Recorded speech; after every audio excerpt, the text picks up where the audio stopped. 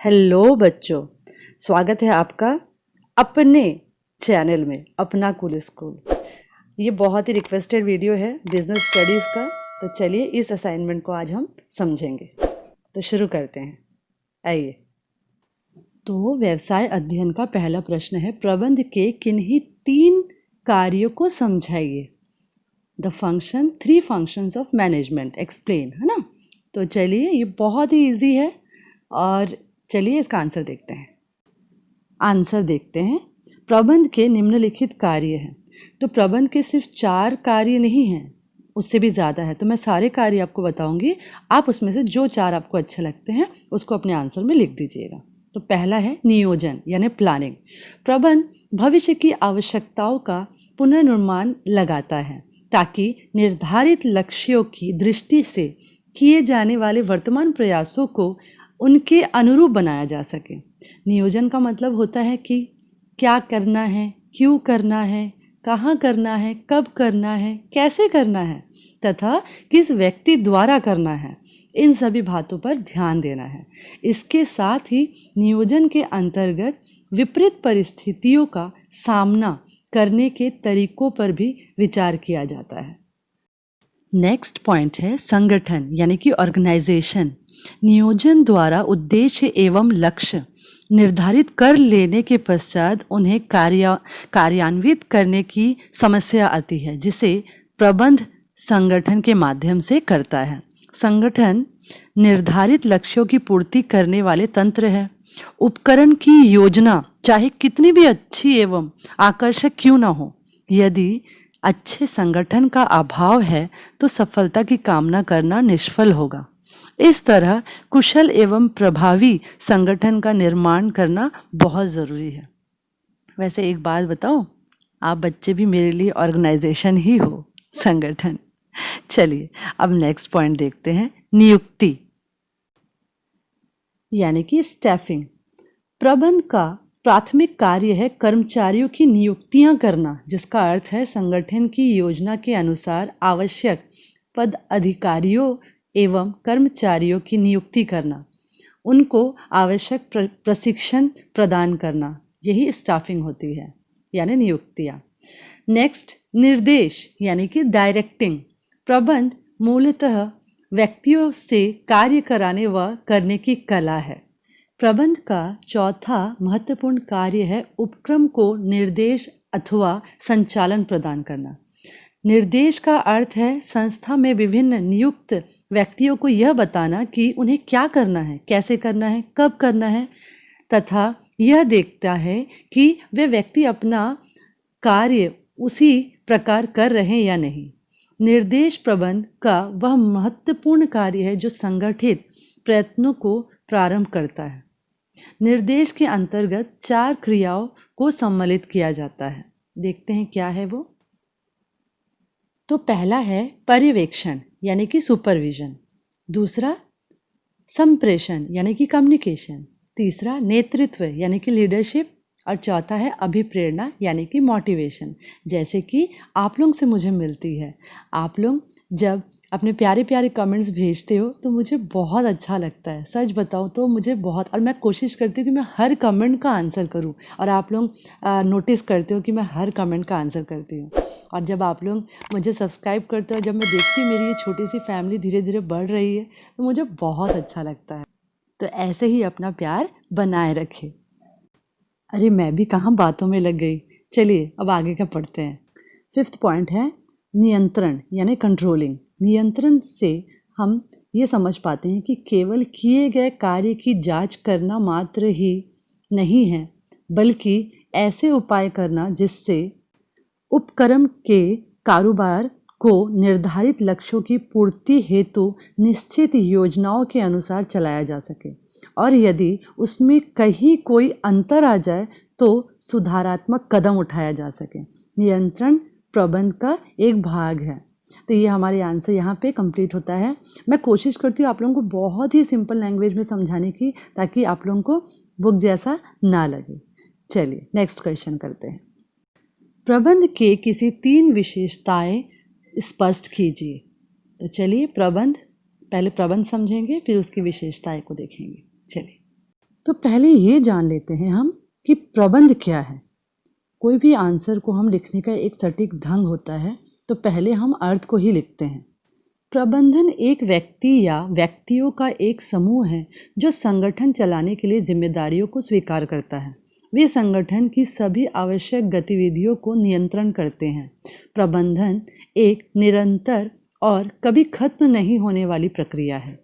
प्रबंधन स्वयं काम नहीं करता, वे संगठन के उद्देश्यों को प्राप्त करने के लिए सभी कार्यकर्ता को काम करने और समन्वय यानी कि एक साथ लाने के लिए प्रेरित करते हैं।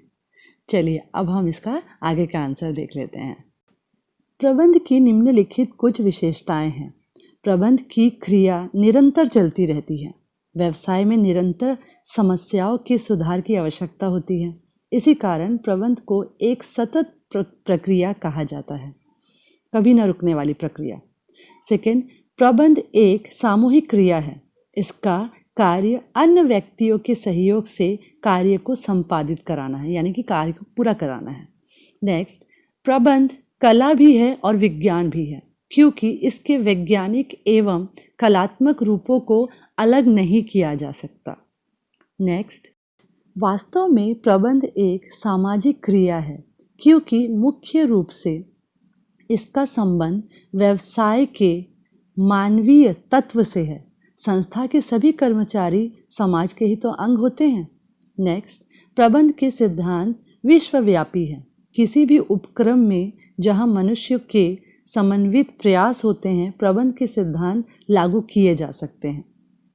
नेक्स्ट क्वेश्चन है, टेलर एवं फेयोल के प्रबंध सिद्धांतों में अंतर स्पष्ट कीजिए। देखिए बच्चों, जो भी क्वेश्चंस आए हैं आपके असाइनमेंट में वो बहुत ही इम्पॉर्टेंट है और वो क्वेश्चन को समझना बहुत ज़रूरी है, तो इसीलिए इसको अच्छे से समझ के ही असाइनमेंट को पूरा कीजिएगा। तो टेलर और फेयोल ये दोनों ही बहुत ही बड़ी नामचीन हस्ती है हमारे बिजनेस मैनेजमेंट के किताबों में। तो चलिए देखते हैं दोनों के प्रबंध के विश्लेषण का अंतर। पहला है, टेलर ने मुख्यतः निम्न स्तर यानी कि कार्यशाला स्तर पर प्रबंध की दशा का विश्लेषण किया, जबकि फेयोल ने उच्च स्तरीय प्रबंध का विश्लेषण किया है। सेकेंड, टेलर के सिद्धांत कार्य करने की प्रक्रिया को सरल और वैज्ञानिक के बनाने से अधिक संबंधित रहे, जबकि फेयोल के कार्य करवाने वाली प्रबंधकीय प्रक्रिया से।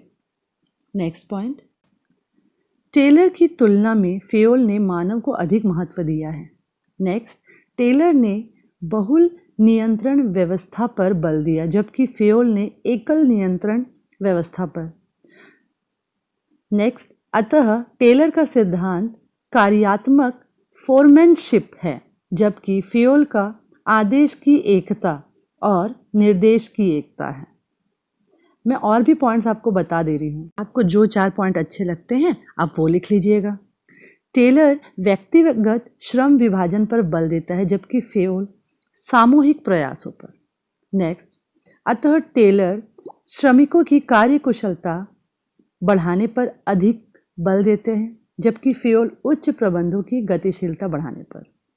अतः टेलरवाद तकनीकी उन्मुख है, जबकि फेयोलवाद कार्य उन्मुख है। टेलर वैज्ञानिकता के पक्षधर है, जबकि फेयोल व्यवहारिकता के। टेलर वैज्ञानिक प्रबंध और फेयोल प्रशासनिक सिद्धांत प्रक्रिया का संस्थापक थे। प्रबंध के किन्हीं 5 महत्व को समझाइए। तो चलिए प्रबंध के 5 महत्व को समझाते हैं, लेकिन मैं आपको ज़्यादा ही समझाऊंगी, आपको जो 5 अच्छे लगते हैं वो लिख लीजिएगा। सामान्यतः प्रबंध के निम्नलिखित महत्व हैं। पहला, प्रबंध निर्धारित लक्ष्यों की प्राप्ति हेतु उत्पादन के विभिन्न साधनों में प्रभावपूर्ण समन्वय स्थापित एवं न्यूनतम प्रयासों से अधिकतम परिणामों की प्राप्ति संभव बनाता है। प्रबंध संस्था के उपलब्ध साधनों में उपयुक्त समन्वय स्थापित कर मनुष्य का विकास करता है। अच्छे एवं कुशल प्रबंधन में दूरदर्शिता, योजनाओं के निर्माण की क्षमता, क्रियाओं के निर्धारण की क्षमता, देश की आर्थिक स्थिति की सही मूल्यांकन करने की क्षमता, ग्राहकों की रुचि का अध्ययन करने की क्षमता आदि होती है, जो कटु प्रतिस्पर्धा का सामना करने के लिए बहुत महत्वपूर्ण है। प्रबंध द्वारा प्रारंभ में आधारभूत नीतियों का निर्माण किया जाता है और बाद में जरूरत के अनुसार विभिन्न नीतियों का निर्धारण किया जाता है। प्रबंधक समाज को स्थिरता प्रदान करने वाला तथा परंपराओं का संरक्षक है। व्यक्तियों के विकास में प्रबंध का अत्यंत महत्व है। प्रबंध की समस्त क्रियाएं मानवीय विकास से संबंधित होती है। यह व्यक्तियों की कार्यकुशलता में वृद्धि करता है और उनका सर्वांगीण विकास करता है। प्रबंध प्रत्येक व्यवसाय का गतिशील एवं जीवनदायक तत्व होता है। उसके नेतृत्व के अभाव में उत्पादन के साधन केवल साधन मात्र ही रह जाते हैं, कभी उत्पाद नहीं बन पाते। नेक्स्ट क्वेश्चन, हेनरी फेयोल द्वारा प्रतिपादित प्रबंध के किन्हीं 5 सिद्धांतों को समझाइए। तो यहाँ पे हमको हेनरी फेयोल के प्रिंसिपल्स यानी कि सिद्धांतों को समझाना है, प्रबंध के सिद्धांत। तो चलिए इसके आंसर भी देख लेते हैं। फेयोल ने 14 सिद्धांतों को दिया था, जिसका आपको मैंने पूरी सूची दे दी है।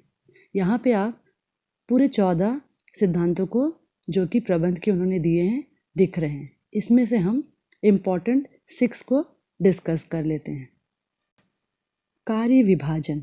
कार्य विभाजन का जो सिद्धांत है उन्होंने दिया, कार्य विभाजन को करने के लिए कार्य को छोटे छोटे भागों में विभक्त किया जाता है। प्रत्येक कार्य हेतु एक योग्य व्यक्ति आवश्यक होता है जो प्रशिक्षित और विशेषज्ञ हो। इस प्रकार से कार्य विभाजन से विशिष्टीकरण होता है। फेयोल के अनुसार कार्य विभाजन का उद्देश्य एक बार के परिश्रम से अधिक उत्पादन एवं श्रेष्ठ कार्य करना है। विशिष्टीकरण मानवीय शक्ति के उपयोग करने का कुशलतम तरीका है। अधिकार एवं उत्तरदायित्व।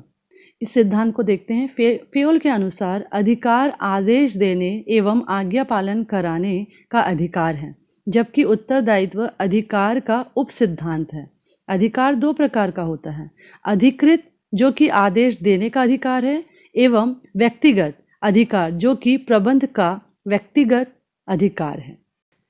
अनुशासन से अभिप्राय संगठन के कार्य करने के लिए आवश्यक नियम एवं नौकरी की शर्तों के पालन करने से है। फेयोल के अनुसार अनुशासन के लिए प्रत्येक स्तर पर अच्छे पर्यवेक्ष, स्पष्ट एवं संतोषजनक समझौते एवं दंड के नियोजित विधान की आवश्यकता होती है।